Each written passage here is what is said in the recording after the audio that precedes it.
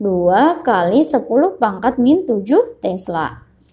Nah, untuk kawat yang ketiga, pengaruh kawat ketiga terhadap titik P, mu 0 I per 2Pi dikali R yang ketiga. Jadi mu 0-nya adalah 2Pi kali 10 pangkat min 7 dikali kuat arusnya itu sebesar 3 ampere dibagi 2Pi dikali R-nya. R-nya adalah jaraknya. Jadi dari kawat ketiga ke P itu hanya 1 meter. Jadi dikali 1 menghasilkan kuat medan magnet sebesar 6 kali 10 pangkat min 7 Tesla. Nih, jadi kuat medan magnet di titik P itu adalah berarti karena dia masuk berarti B yang pertama ditambah dengan B yang kedua dikurang B yang ketiga dikurang dengan B yang kedua karena yang B kedua dia keluar bidang. Jadi BP-nya itu sama dengan 4,5 kali 10 pangkat min 7 Tesla. Nih, untuk yang nomor 6 nanti biar mereka mandiri sendiri untuk mereka latihan. Sekarang yang nomor 7. Suatu kawat dilengkungkan dengan jari-jari R sebesar ini dan dialiri arus listrik seperti pada gambar. Diketahui mu 0-nya sebesar ini, maka besar dan arah induksi magnetik di pusat lengkungan P, berarti di titik ini adalah sebesar apa? Nah, ingat, dia adalah kawat yang dilengkungkan. Berarti kita pakai rumus yang B sama dengan mu 0 dikali I dikali N per 2R. Nah, mu 0-nya tadi kan udah diketahui tuh 4Pi kali 10 pangkat min 7 dikali I-nya kan berarti arusnya. Karena di sini arusnya 2 ampere, berarti dikali 2 dibagi nih, dikali N juga. N itu maksudnya apa? Karena dia dilengkungkan, berarti kan dia banyaknya lilitan. Kan di sini nih, berarti dia sebesar setengah. Maksudnya setengah ini si lingkarannya ini. Dia ngebentuknya setengah lingkaran kan. Jadi si N-nya ini kita tulis setengah. Kalau dia ngebentuknya cuma 1/4 doang, 1/4 segini, berarti nanti si N-nya ini juga 1/4. Udah paham? Nah, selanjutnya per 2 kali R. R-nya itu kan jari-jarinya nih. Dia jari-jarinya dia sebesar 40 cm. 2 dikali, ingat, untuk jari-jari ataupun jarak dia harus dalam satuan meter. Jadi dikali 0,4. Jadi kuat medan magnet di titik P itu sebesar 5Pi kali 10 pangkat min 7 Tesla. Udah? Nah, selanjutnya yang nomor 8 nih. Seutas kawat lurus, dia dilengkungkan dan dialiri arus sebesar ini, seperti ini. Jika jari-jarinya ini sebesar 3Pi, maka besar induksi magnet di titik P itu sebesar nih. Berarti kan sama nih nomor kasusnya nomor 7 sama 8. Bedanya, kalau yang ini setengah lingkaran, berarti kalau yang ini 1/8 lingkaran. Jadi, untuk B-nya itu sama dengan mu 0I dikali N per 2R. Mu 0-nya tadi 4Pi kali 10 pangkat min 7 dikali I-nya dia dialiri arus sebesar 6, berarti I-nya adalah 6 dikali dengan, karena dia ngebentuknya ada 1/8 lingkaran, berarti dikali 1/8 terus dibagi dengan 2 dikali R. R-nya itu sebesar 3Pi cm, berarti 3Pi kali 10 pangkat min 2. Jadi untuk kuat medan magnetnya di titik P ini adalah 0,5 kali 10 pangkat min 5 Tesla. Nih, selanjutnya yang nomor 9, ada sebuah kawat berbentuk lingkaran yang berjari-jari 40, terdiri dari 40 lilitan. Agar kuat medan elektromagnetik di pusat lingkaran itu sama dengan 4Pi kali 10 pangkat min 3 Tesla, maka berapa besar arah arus yang harus dialirkan pada kawat tersebut? Nih, kerjain nomor 9 di sini. Nah, berarti kan ini kan kawat yang berbentuk lingkaran, berarti kita pakai yang B sama dengan mu 0 I dikali N per 2R. Nah, yang diketahui di sini adalah jari-jarinya 40 lilitan, berarti lilitan kan dia sebagai N. Agar kuat medan ini di pusat lingkaran dia sebesar ini. Berarti B-nya dia kan sebesar 4pi kali 10 pangkat min 3 sama dengan mu 0-nya itu adalah 4pi kali 10 pangkat min 7 dikali I. I-nya itu adalah yang ditanyakan dikali dengan N. N-nya itu adalah jumlah lilitan. Jumlah lilitannya ada 40 dibagi dengan 2 dikali R. R-nya tadi adalah jari-jari. Karena jari-jarinya yang diketahui ada 20, berarti 2 kali 0,2.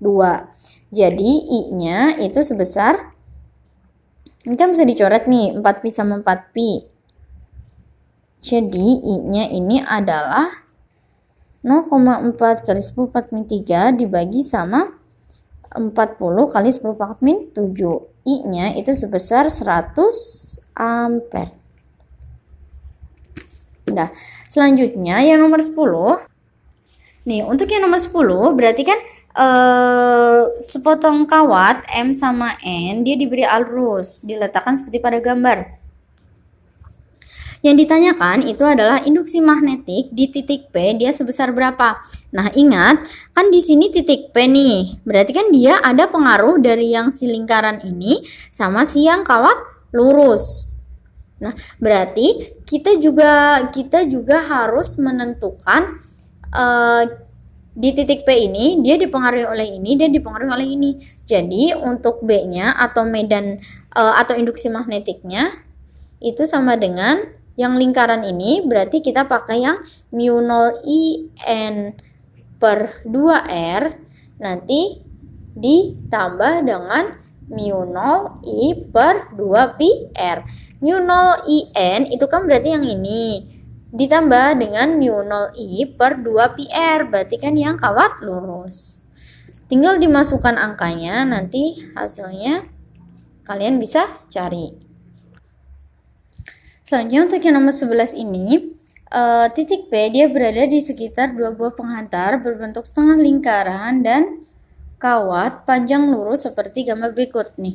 Maaf ya, ini untuk revisi titik P-nya ada di sini. Berarti kan dia ada pengaruh si yang setengah lingkaran sama si yang panjang kawat. Nah, tentukan besar kuat medan magnet di titik P. Berarti kita tentukan dulu arahnya. Berarti kalau ke sini, berarti kan dia masuk bidang nih. Masuk bidang. Berarti kalau yang ini dia keluar bidang. Nah, jadi yang pertama kita tentukan dulu B yang pertama atau yang setengah lingkaran. Ingat kalau lingkaran kita pakai yang rumus mu 0 I dikali N per 2R. Mu 0 itu adalah 4pi kali 10 pangkat min 7 dikali I-nya. I-nya itu di sini adalah 8 per pi.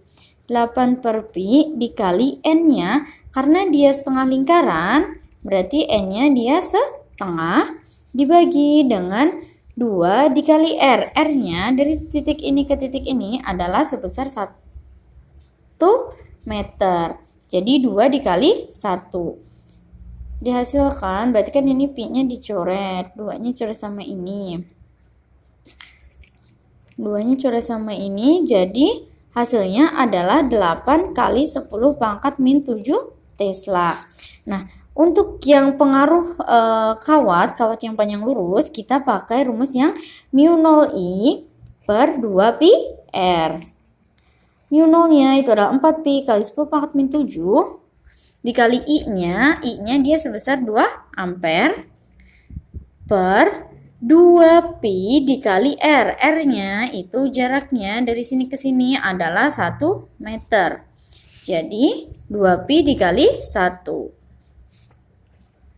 Berarti hasilnya adalah 4 kali 10 pangkat min 7 Tesla. Jadi untuk kuat medan di titik P itu berarti B yang pertama dikurang B yang kedua. 8 kali 10 pangkat min 7 min 4 kali 10 pangkat min 7. Hasilnya adalah 4 kali 10 pangkat min 7 Tesla. Nah, untuk yang nomor 12, lihat, tentukan besar kuat medan di titik P yang berada pada poros penghantar melingkar pada jarak 8 cm jika kuat arus yang mengalir itu sebesar 1 ampere.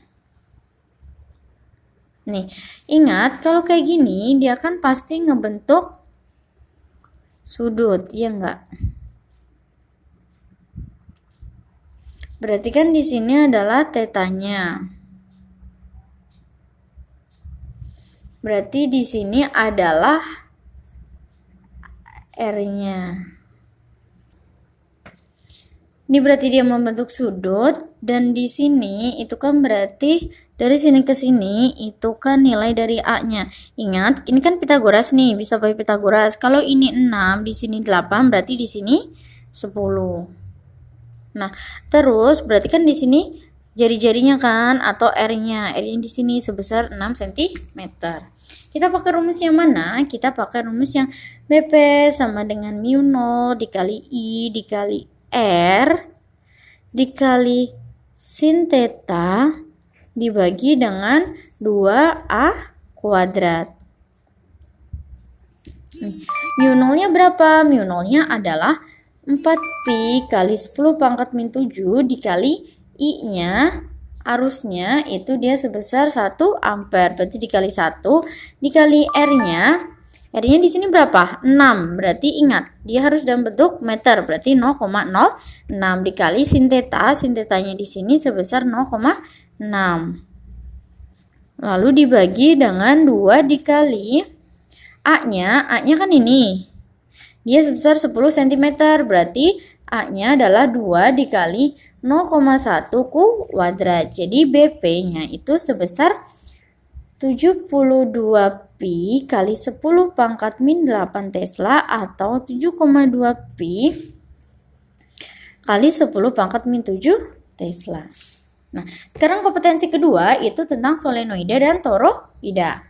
Nih, untuk yang pertama, suatu solenoida superkonduktor dia digunakan untuk membangkitkan medan magnet sebesar 10 Tesla. Berarti dia BP-nya sebesar 10 di pusatnya. Berarti kan tadi solenoida ada di pusat, ada di ujung.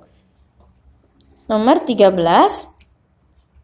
Berarti B di pusat itu sama dengan rumusnya adalah mu 0I per L panjang solenoida dikali dengan N atau banyaknya lilitan.